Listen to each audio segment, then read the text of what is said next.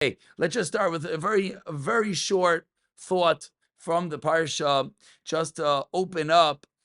Happens to be Parshas Mishpatim. We're learning halacha. We don't really have to say anything. Parshas Mishpatim is the parsha of halachas of all the different mishpatim, all the laws of the Torah. The first Rashi tells us that why is Parshas Mishpatim in such proximity to Maimid Har Sinai?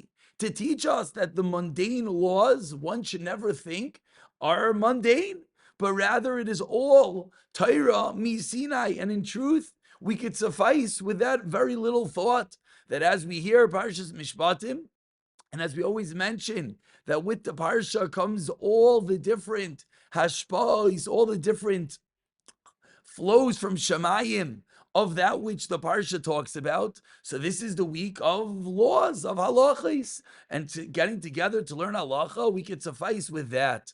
But to take it one step deeper, if you listen and you look at the beginning of the Parsha, it's fascinating.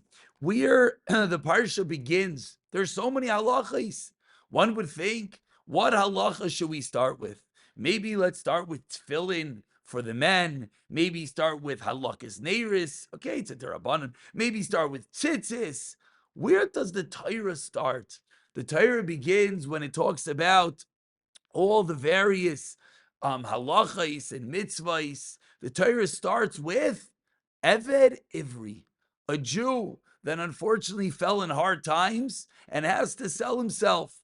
The Torah continues with a family that had such little money. They had to sell their young daughter as a maidservant. The Torah continues. Someone that murders b'shoigig by accident, how he has to run away to Nari Miklat. He has to run away to a special city of refuge. And the question is, this is what the Torah starts with. Not such a glamorous beginning, starting with people that sell themselves as slaves, starting with people that sells them that have no money, starting with a murderer. It's a very funny beginning to all of the mishpatim. And the answer, sometimes the question itself just brings out the thought. With this thought we'll begin, and with this thought we'll conclude. The Torah is teaching us a critical lesson. And the Torah wants to begin by telling us no one should ever think they are lost. One might think, I can't do it. It's not for me. I've fallen too far. I've been in places I shouldn't be. To apply it maybe to learning halacha, maybe one would say, I've been living for 10, 20, 30, 50, 70 years. I've been in the same kitchen. I've been through hundreds of Shabbosim. I've been preparing the same way. I can't change. It's not possible. The Torah begins with the most critical lesson. You think that Eved felt he could change? The family that had no funds and they had to sell their daughter, you think they felt that there's a possibility that there's light at the end of the road? One who, God forbid, murdered. He committed the worst of crimes. It was a mistake, but he murdered someone.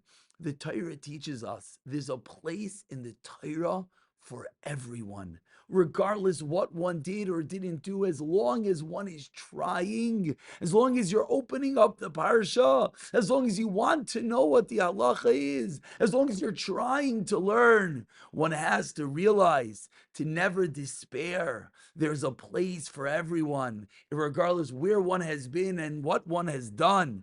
There's always hope.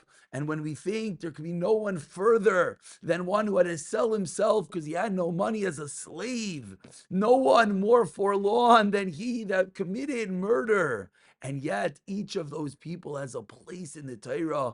Of course, we have a place. And of course, maybe if we feel, but I can't, and how could I change? Everyone could be better.